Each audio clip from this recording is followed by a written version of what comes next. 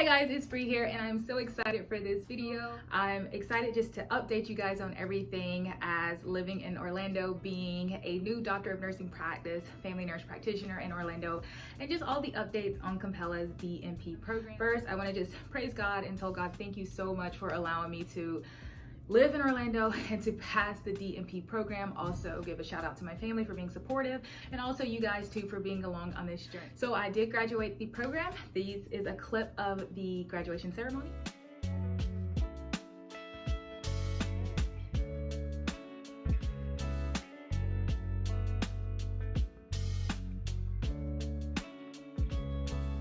The ceremony was very nice. Love the speaker, love the diversity of the ceremony. Just great. Capella did a very great job. All right, so as a provider down here, it was a lot different from where I did my clinicals. You guys know I did my clinicals in South Carolina, very homogeneous, sterile environment. So when I got down here, it was a lot of different cultural differences, a lot of cultural things that I had to learn, and I see a whole new different patient population. I see a lot of Spanish speaking population, I see a lot of Haitian Creole, I see Vietnamese, I see Chinese, I see a lot of the Asian demographic. I see a lot of different people, and it's so nice just to see all these different people and to take care of them, to extend healthcare quality to them. Now, what was different at first being a provider? Here is the providers. What happened was when I was at the clinic, my initial clinic, I kind of go to a separate place to chart. I didn't chart in the designated area for all the providers chart. And it wasn't because I was being standoffish, because that was a misconception.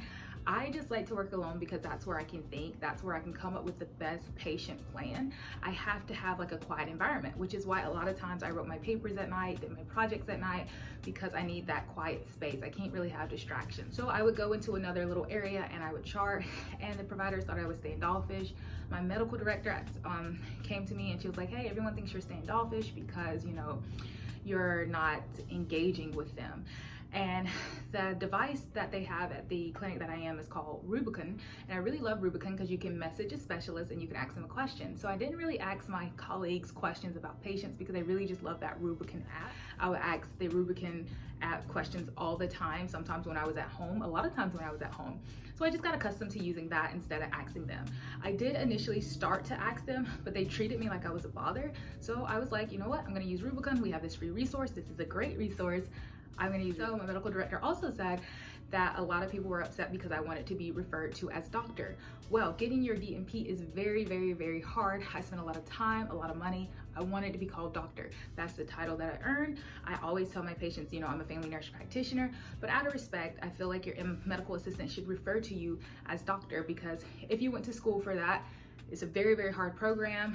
You deserve that title. So my medical director, she was like, you know, people are saying you're kind of being a little mean about it, a little standoffish about it. And I was like, oh, that's not really true. This is just, I worked very hard for it. So she took me out of work for 2 weeks and then she moved me to another clinic. And I was frustrated at first about it, but I know that God always has better and bigger plans. And I was thankful because I did get another job at that time. I had time to rest and I had time to build the courage with having more patients. And I was thankful because when I went to this population, this clinic, I was seeing 20 patients and a majority were Spanish speaking patients. So I had to use the translator, and it's stressful at times, but the translator is useful. It is very helpful and it helps to bridge that gap. So that was a lot of learning time for me. And I knew that moving from, you know, the norm, coming out of comfortability was going to be a little rocky, and it was, but I'm so happy that things are kind of easing out. You know, when you're changing, when you're growing, things are not going to be just, you know, a slide. It's going to be like you're on a motorbike and you're just going boom, boom, boom, boom, boom, boom. And sometimes you're like, oh my gosh, why is all of this hitting me at once? But I regret nothing. I love my life down here. I love the clinic. I love my patients. I love my other job that I have as well.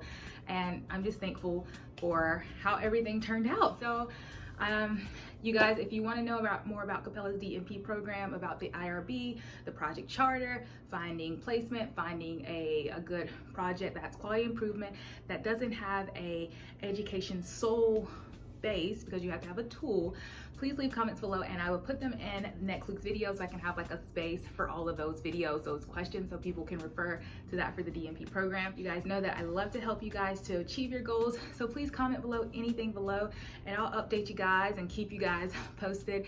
It was just a huge transition at the beginning, but I'm so excited to continue this journey with you guys, so leave the comments below. Also follow me on Instagram at Hey Dr. Bree, and I will see you guys next week.